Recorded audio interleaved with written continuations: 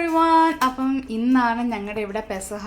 നാളെ എല്ലാവർക്കും ഓഫീസുള്ളത് കാരണം ഞങ്ങൾക്ക് ഇന്ന് വൈകിട്ടാണ് പെസഹ. അപ്പം അമ്മ ഇവിടെ ഇങ്ങനെ പെസഹ അപ്പം റെഡിയാക്കിക്കൊണ്ടിരിക്കുകയാണ്. ഞങ്ങൾ കുറേ അടുത്ത് പച്ചരിയൊക്കെ അന്വേഷിച്ചെങ്കിലും ഞങ്ങൾക്ക് പച്ചരി കിട്ടാത്തത് കാരണം ഞങ്ങൾ റൈസ് പൗഡറൊക്കെ വെച്ചാണ് ഉണ്ടാക്കിയേക്കുന്നത്. ഇതിനകത്താണ് നമ്മൾ പെസഹ അപ്പം ഇന്ന് ഉണ്ടാക്കാൻ പോകുന്നത്. എന്തൊക്കെയാണ് മമ്മക്കുട്ടി ഇതിനകത്ത് ഇൻഗ്രീഡിയൻസ്? റൈസ് പൗഡർ, ഈസ്റ്റും പഞ്ചസാരയും കൂടെ നമ്മൾ കുറച്ച് 3-4 സ്പൂൺ റൈസ് ഫ്ലോർ എടുത്ത് രണ്ട് സ്പൂൺ മതി. 2 സ്പൂൺ റൈസ് ഫ്ലോറും 1 സ്പൂൺ റവയും കൂടെ എടുത്ത് ഇങ്ങനെ കുറേ വെള്ളം ഒഴിച്ചിട്ട് നമ്മൾ പറ്റിച്ചെടുക്കണം. നല്ല സ്റ്റിക്കി ഫോമിലല്ലേ? അതിന് നമ്മൾ കപ്പി കാച്ചുക എന്നാണ് നമ്മുടെ ലാംഗ്വേജ് പറയുന്നത്. അപ്പം അങ്ങനെ ചെയ്തിട്ട് അതിനകത്തേക്ക് ചെറിയ ചൂടോടുകൂടി അത് ചെറുതായിട്ട് തണുക്കണം, ലൈറ്റ്. അന്നേരം ചെറുതായിട്ട് തണുക്കുമ്പോൾ നമ്മുടെ മെയിൻ ബൗളിനകത്തേക്ക് കപ്പി ചെറുതായിട്ട് തണുക്കുമ്പോൾ ഈസ്റ്റ് അങ്ങോട്ട് ഒഴിക്കണം. കപ്പിക്കകത്തോട്ട് ഈസ്റ്റും കുറേ ഒരു 1/2 സ്പൂൺ ഈസ്റ്റിൻ്റെ നല്ല ഈസ്റ്റാണെങ്കിൽ ഒരു 1/4 സ്പൂൺ ഇട്ടാലും മതി. അല്ല കൊള്ളത്തിലെ ഒരു 1/4-3/4 സ്പൂൺ ഈസ്റ്റ് ഇട്ട് നാട്ടിൽ നിന്നൊക്കെ വാങ്ങിക്കുമ്പോൾ അറിയത്തില്ല കുറച്ച് കൂടുതൽ ഇടണമെന്ന്. ഇതിന് അതിൻ്റെ കൂടെ കുറച്ച് പഞ്ചസാരയും കൂടി ഇട്ട് അത് കുറച്ചൊന്ന് മിക്സ് ചെയ്യണം. എന്നിട്ട് അതും കുറച്ച് വെള്ളവും കൂടെ അത് ഈ മാവിലേക്ക് ഇടണം. ഇത് മിക്സ് ചെയ്യണം. എന്നിട്ട് ചെറിയ ലൂക്കോം വാട്ടർ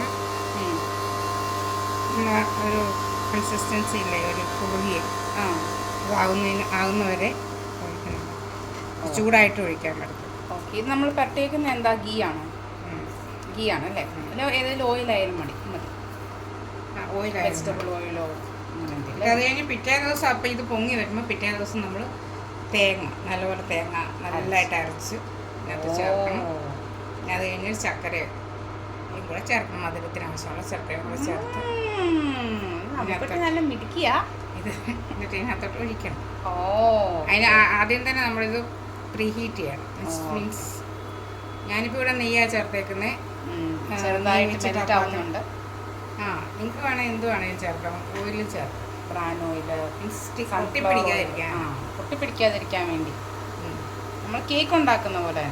പിന്നെ ഇതിനകത്തേക്ക് ഈ ജീരകമൊക്കെ ഇടാം. പൊടിക്കാതെ ജീരകമായിട്ട് ഇങ്ങനെ ഇടയ്ക്കിടയ്ക്ക് ഇങ്ങനെ കടി ഇട്ടാൽ. പക്ഷേ പെസാപ്പ് ആയതുകൊണ്ട് ജീരകം ഇടാറ്. അത് കഴിഞ്ഞിട്ട് വേണേൽ നമ്മൾ പാലായിൽ വെച്ച് ഉണ്ടാക്കുന്ന സമയത്ത് അതിനകത്ത് ഈസ്റ്റ് ഇടത്തില്ലായിരുന്നല്ലേ?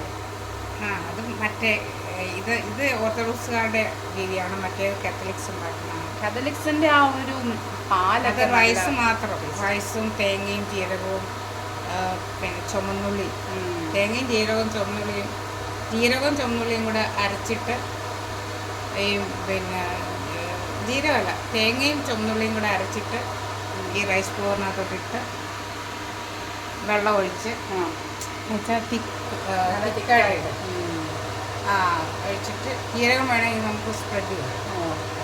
എന്നിട്ട് അതിങ്ങനെ അത് പക്ഷേ ഇതുപോലെ സോഫ്റ്റായിട്ട് വരത്തില്ല, ഹാർഡായിട്ട്. പക്ഷെ അതിന് കൂടെ ഒരു പാലും കൂടെ നല്ല പാലെന്ന് പറഞ്ഞാൽ കുറച്ച് അരി വറുത്തിട്ട് പൊടിക്കണം. നമ്മുടെ ഈ ബോയിൽ റൈസ് വറുത്തിട്ട് പൊടിച്ചിട്ട് ശർക്കര ഇട്ട് വെള്ളം ഒഴിച്ച് കുറുക്കണം. കുറേ നേരം അടുപ്പത്ത് വെച്ച് കുറുക്കണം. ആവശ്യത്തിന് മധുരമൊക്കെ ഇട്ട് കൊടുക്കണം. അരിയുടെ പൊടി, അരിയല്ല, പായസം തന്നെ, പക്ഷേ അരി ഫുള്ളായിട്ടല്ല, പൊടി. അതിങ്ങനെ ഒരു ഭയങ്കര രസമാണ് കുടിക്കാനും രസം, ടേസ്റ്റിയാകും. നമ്മൾ അതിനകത്ത് മധുരം ഇടാത്തതുകൊണ്ടാണെന്ന് തോന്നുന്നു. എനിക്ക് അരിയിലൊന്നും ചെയ്യത്തില്ല. പക്ഷേ ഇവിടെ നമ്മൾ അരിയിനകത്ത് തന്നെ പഞ്ചസാര ഇട്ടിട്ടുണ്ട്. അപ്പം നമ്മൾ നമ്മുടെ ഇതിലേക്ക് ട്രാൻസ്ഫർ ചെയ്യുകയാണ്. ഇതിനകത്തിരുന്ന് അത് സ്റ്റീമായി കുക്കാക്കണം. കറക്റ്റ് ആയിരുന്നല്ലോ അളവ്. Thank you Jesus. അപ്പം ഇതാണ് നമ്മുടെ പെസഹ അപ്പം, ഓർത്തഡോക്സ് സ്റ്റൈലിലുള്ള പെസഹ അപ്പം. നമ്മളിനി കുറച്ച് നേരത്തേക്ക് ഇത് മൂടി വെക്കും. പിന്നെ ഇടയ്ക്കിടയ്ക്ക് മമ്മൂട്ടി ഇങ്ങനെ അത് കുത്തി നോക്കും വെന്തോ ഇല്ലയോ എന്നറിയാൻ വേണ്ടി. ഇതാണ് നമ്മുടെ ബാറ്റർ. ഇത്രയും തേങ്ങയും കൂടെ ഇട്ട് മിക്സ് തേങ്ങ ഇട്ടിട്ടുള്ളതാണ്. അതിനുള്ളവർക്ക് ശർക്കര ഇന്നലെ രാത്രിയിലെ ഉണ്ടാക്കിയതാണ്. അന്നേരം രാവിലെ ആയപ്പോൾ നന്നായിട്ട് പൊങ്ങി വന്നായിരുന്നു. അതെ. Thank you Jesus. നല്ലൊരു ഈസ്റ്റിൻ്റെ ഒക്കെ ഒരു മണമൊക്കെ വരുന്നുണ്ട്. കണ്ടോ ഇതിങ്ങനെ ഇതാണ് എൻ്റെ കൺസിസ്റ്റൻസി. നല്ല തിക്കായിട്ടിരിക്കുന്നു. പിന്നെ ശർക്കര വേണ്ടിയവർക്ക് എക്സ്ട്രാ ശർക്കര ആഡ് ചെയ്യാം. ശർക്കര വേണ്ടാത്തവർക്ക് ആഡ് ചെയ്യണ്ട. പഞ്ചസാര വേണമെങ്കിലും ആഡ് ചെയ്യാം. അതെ, പഞ്ചസാര ആഡ് ചെയ്യും. പക്ഷേ ഹെൽത്തി ആയിട്ടുള്ള ശർക്കര ആയതുകൊണ്ട് ഞങ്ങൾ നമുക്കിട്ട് ഇപ്പോൾ ഭയങ്കര ഹെൽത്ത് കോൺഷ്യസ് ആയിട്ടാണ്. ഷുഗർ കട്ട് ഡയറ്റിലൊക്കെയാണ്. ഇനിയും ഇതെന്തിനാവുന്നു? ഇത് നമുക്ക് ഒരു എണ്ണം കൂടെ ഉണ്ടാക്കി വെച്ചിട്ടോ. ഓക്കെ, ഇപ്പോൾ വരുന്നുണ്ട് കഴിക്കാൻ. അപ്പോൾ നമുക്കിന്ന് പള്ളിയിൽ എല്ലാവരും വീട്ടിൽ നിന്ന് അപ്പം കൊണ്ടുവരണം എന്നാണ് അച്ഛൻ്റെ ഓർഡർ. എല്ലയിലും എല്ലാ പള്ളികളിലും അങ്ങനെയാണ് അല്ലേ? ഓർത്തഡോക്സ് പള്ളിയിലും എല്ലാം അങ്ങനെയാണ്. അപ്പം എല്ലാ വീട്ടിൽ നിന്നും ഒരപ്പമെങ്കിലും കൊണ്ടു ചെല്ലണം. പിന്നെ നമുക്ക് തിരിച്ചു വരുമ്പോൾ കഴിക്കാനുള്ളതും കൂടെ നമ്മൾ സെറ്റാക്കും. അപ്പോൾ അത്രയേ ഉള്ളൂ. നിങ്ങളുടെ പെസഹ ഒക്കെ എങ്ങനെ ഉണ്ടായിരുന്നെന്ന് കമൻറ്റ് ചെയ്യുക. അപ്പം മമ്മുക്കുട്ടി അടുത്ത് നമുക്ക് വേണ്ടിയുള്ളത് സെറ്റാക്കിക്കൊണ്ടിരിക്കുകയാണ്. ഇങ്ങനെയാണ് ശർക്കര ചീരുന്നത്. ഇനി ഞങ്ങൾക്ക് ഒരുങ്ങണം, പോകണം.